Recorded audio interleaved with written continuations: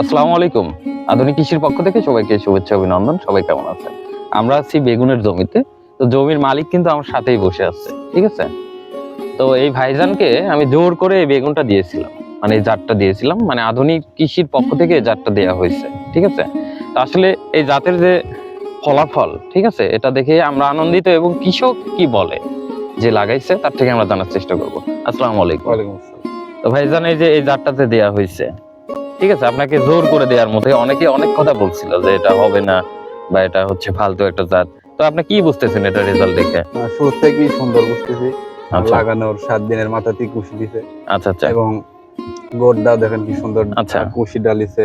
তো লাগানোর রোপণ করার বয়স আজকে মোটামুটি 25 দিন। 25 দিনের মাথায় আপনার কাছে ফল দেখা যাচ্ছে। তো আরেকটা বিষয় যেটা হচ্ছে আপনার গাছ আমরা দেখতে পাচ্ছি হচ্ছে পোকা মুক্ত। মোটামুটি তাতে করে মানে আধুনিক কৃষি যে সাজেস্টটা করছে, ঠিক আছে, মানে এটা কি আপনার পোকা মুক্ত আপনি কি রেজাল্ট পাইছেন এটাতে? পোকা মুক্ত রেজাল্ট। আচ্ছা দেখেন কোনো পোকাই নেই। প্রিয় দর্শক, এই গাছে আপনি সাদা মাছিও পাবেন না, লাল মাকড়ও পাবেন না, বা ডগা ছিদ্রকারী যে পোকা সেটাও কিন্তু আপনি দেখতে পাবেন না। ঠিক আছে, পুরাটা জমি কিন্তু একই রকম। ঠিক আছে, আর একটা বিষয় ভাইজান, যেটা হচ্ছে এই জমিতে কিছু পরিচর্যা আছে, এটা কি আপনি জানেন? পরিচর্যা যেটা বোঝাচ্ছি আমরা সেটা হচ্ছে এই যে নিচের যে শাখাটা আছে, প্রিয় দর্শক, নিচের এই শাখাটা কিন্তু আপনার এটা দরকার নেই, মানে এটা কিন্তু আপনার কেটে দিতে হবে। ঠিক আছে, এই গাছে প্রচুর শাখা, এক কথায় মানে শাখাটা কিন্তু বড় হলেও এটা রাখার দরকার নেই, এটা কিন্তু প্রচুর শাখা।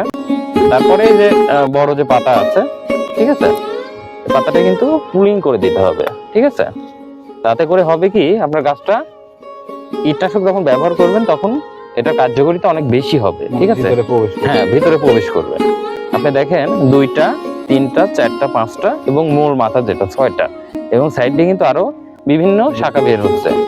মানে এতে করে আপনার হবে কি কীটনাশকের রেজাল্ট আপনার বেশি হবে এবং আপনার ফল সেটআপটা তাড়াতাড়ি হবে এবং ফলের সাইজটা বড় হবে।